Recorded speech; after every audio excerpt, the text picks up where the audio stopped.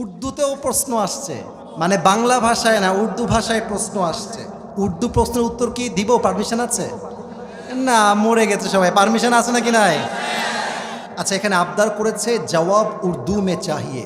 উনি বলেছে আমাকে উর্দুতে উত্তর দেওয়া লাগবে। আপনাকে বুঝতে হবে, যুবকরা উর্দু 100-এ 80 ভাগ বোঝে, মুরব্বীরা সবাই উর্দু বোঝে না। তো আমার মনে হয় আবদারটা রাখতে পারি এভাবে যে উর্দু বলার সাথে সাথে বাংলাতেও তর্জমা করে দেওয়া যায়। পারমিশন আছে নাকি নাই?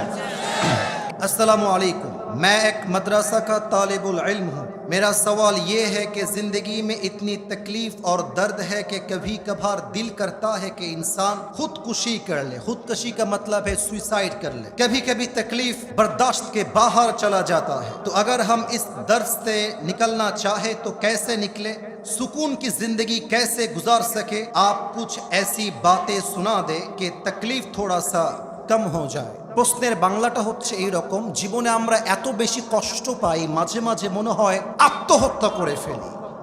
মাঝে মাঝে মনে হয় পিঠটা দেওয়ালে ঠেকে গিয়েছে, আর কোনো রাস্তা নেই, মরে যেতে হবে, এত কষ্ট সহ্য করা যায় না। তো এই কষ্ট থেকে আমরা বের হব কেমনে, মনের ব্যথা আমরা কমাবো কেমনে? पहली बात तो ये है कि मैं ये कहना चाहता हूँ, दिल में जितनी भी तकलीफ हो, जितनी भी दर्द हो, किसी भी दर्द को लोगों से मत बोलो। जितना भी दर्द है वो एक जात से बोलो। वो कौन है? अल्लाह से बोलो। जितनी भी तकलीफ है अल्लाह से बोलो। अल्लामा इकबाल ने लिखा है, जख्म दिल के सबको दिखाए नहीं जाते, कुछ दर्द खामोशी से सहने पड़ते हैं। दुनिया सवाल करती है सिर्फ तमाशा देखने के लिए, मगर रब हर आंसू के पीछे का हकीकत जानता है। जो दर्द ज़बां से ना निकले वो भी वो सुनता है, जो दर्द दिल में छुपा हुआ है वो भी वो समझता है। लोग जिंदगी में आते हैं और दिल तोड़ के फिर चले जाते हैं, मगर एक रब है जो हर टूटा हुआ दिल को अपनी रहमत से जोड़ देते हैं। कथा भूल बोललाम ना ठीक बोललाम? बोलें। জীবনের যত কষ্ট আছে, কষ্ট দুঃখের কথা বইয়ের সাথে আগে নয়, বন্ধুর সাথে আগে নয়, কষ্টের কথা বলবেন এক সত্তাকে। সাতক্ষীরাবাসী আওয়াজ দিয়ে বলেন তো সবাই, তিনি কে? तकबीर दें, नारे तकबीर। दूसरी बात यह है, जिंदगी में जितनी भी तकलीफ आए, जितनी भी दर्द आए, जितनी बड़ा मुसीबत ही क्यों ना हो, हमेशा इस बात को याद रखना, अल्लाह तुम्हें वही मुसीबत देगा जो तुम बर्दाश्त कर सकते हो। अल्लाह तुम्हें वही तकलीफ देगा जिसको तुम सह सकते हो। अल्लामा इकबाल ने एक और शेर लिखा है जो बड़ी अच्छी शेर है, अल्लाह कभी ऐसा बोझ नहीं डालता जो तुमसे संभाला ही ना जाए। तुम्हें बस टूटना नहीं है, क्योंकि तुम्हारी रब को तुम्हारी ताकत पर पूरा यकीन है। कभी तन्हा लगे तो याद रखना कि रब तुम्हारे बहुत करीब है, और हर रात के बाद दिन की रोशनी जरूर आती है। बस सब्र का दामन थाम के रखो, बस सब्र का दामन थाम के रखो, यही तुम्हारी सबसे बड़ी ताकत है। और याद रखो, जो आज टूटा है वो कल तुम्हारे लिए रहमत की वजह जरूर बनेगा। ठीक की ना बोले? আপনার যত কষ্ট হোক না কেন, মাথায় রাখবেন, লা ইউকাল্লিফুল্লাহু নাফসান ইল্লা উসআহা। Allah doesn't test anybody beyond their power. আল্লাহ কখনো কাউকে তার সাধ্যের বাহিরে বোঝা চাপিয়ে দেয় না।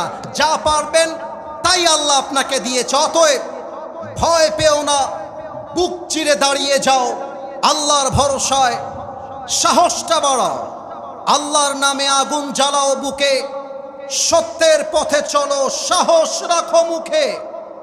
আর থেমে গেলে চলবে না, রক্তে আগুন ধরাও, আল্লাহর সৈনিক তুমি, সেই পতাকা উড়াও। আরে আল্লাহ যখন পাশে, কিসের এত ভয়? তাওয়াক্কুল করো, কাছে আসবে বিজয়। মিজানুর রহমান আজহারি হুজুর বলেছিলেন, আধারে ভয় পেও না, আলো আছে আড়ালে, অন্ধকার পালিয়ে যাবে তুমি উঠে দাঁড়ালে। ঠিক কিনা বলেন? আমি জানি অনেক যুবককে অনেক মেয়ে ছ্যাঁকা দিয়ে চলে গেছে। আরে বেটা, জীবনে ভালো কিছু করো, সফল হয়ে দেখাও। যেই মেয়ে তোমাকে ছেড়ে গেছে এরকম কয়েক লাখ মেয়ে তোমাকে বিয়ের জন্য তোমার পেছনে লাইন ধরে দাঁড়িয়ে যাবে। অতএব দুঃখের কথা, কষ্টের কথা বলবেন এক সত্তাকে, তিনি কে? আপনাদের মাঝে দুইজন উঠে গেছে আল্লাহর ওয়ালি, হয়তো ওয়াশরুমের চাপ ছিল, উঠে গেছে। এটা তাকবীর দিবেন, শয়তান পালিয়ে যাবে, নতুন স্লোগান হবে। সবাই একটা কাশি মারেন। আপনারা কি বেঁচে আছেন না মরে গেছেন? স্টেজের লোক কথা কয় না, বেঁচে আছেন না মরে গেছেন? আমার 1 ঘন্টা অনেক আগেই পূরণ হয়ে গেছে, 1 ঘন্টা 20 মিনিট চলছে। তবে কমিটির কাছে ফর্ম দেওয়া আছে 1 ঘন্টার বাহিরে ওয়াজ হবে না। তাহলে বেশি করছি কেন? সব জায়গায় নিয়ম কানুন দিয়ে হয় না, মাঝে মাঝে ভালোবাসা দিয়েও তো হিসাব করতে হয়, ঠিক কিনা? নিল্লাহি তাকবীর। এ দিল্লি না ঢাকা, এ গোলামি না আজাদি, আপোষ না সংগ্রাম, এই ক্ষমতা না জনতা, এ দিয়েছি তো রক্ত, এ রক্তের বন্যায়, এই কথায় কথায় বাংলা চাই। এই বাংলা কি তোর বাপ দাদা? নারে তাকবীর।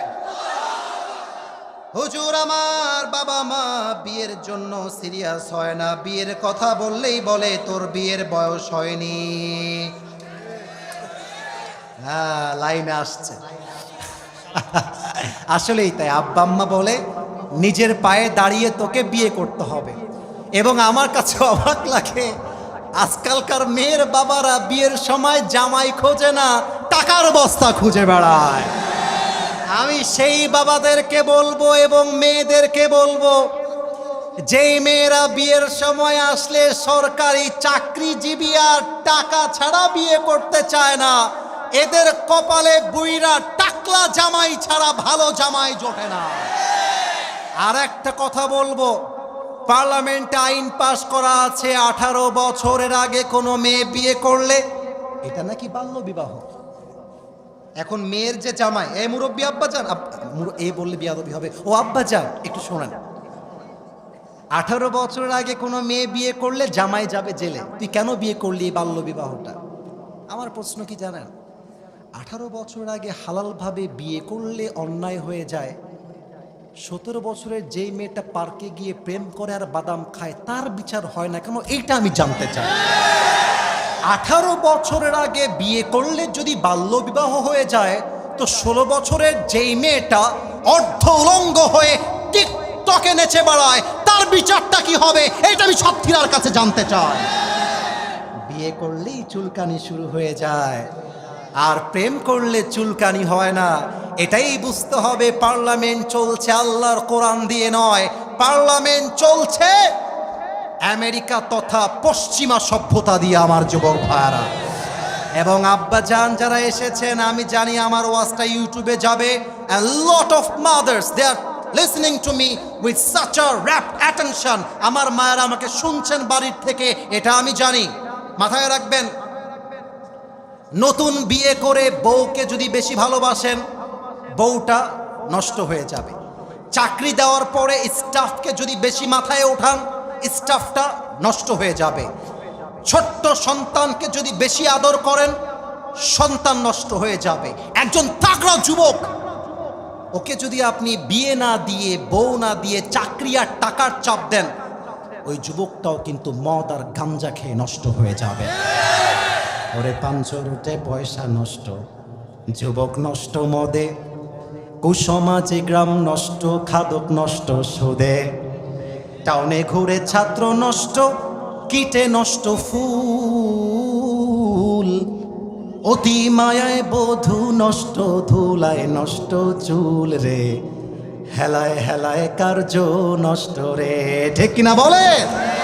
ওরে ঝড় বাদলে রাস্তা নষ্ট, কাদায় নষ্ট ঘাট, সমালোচনায় বেলা নষ্ট, জলে নষ্ট মাঠ, নোবেল পড়ে যুব নষ্ট, কাপড় নষ্ট তেলে, স্বামীর দোষে স্ত্রী নষ্ট, আদরে নষ্ট ছেলে রে, হেলায় হেলায় কার্য নষ্ট রে।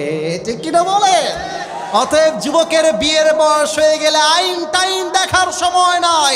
আরে আমার বউ লাগবে মানে আমার বাড়িতে বউ লাগবেই লাগবে যুবক ভাই। আল্লাহ তুমি যুবকদেরকে নেককার দিনদার মেয়ে দেখে বিয়ে করার তৌফিক দাও, পড়ে না আমিন।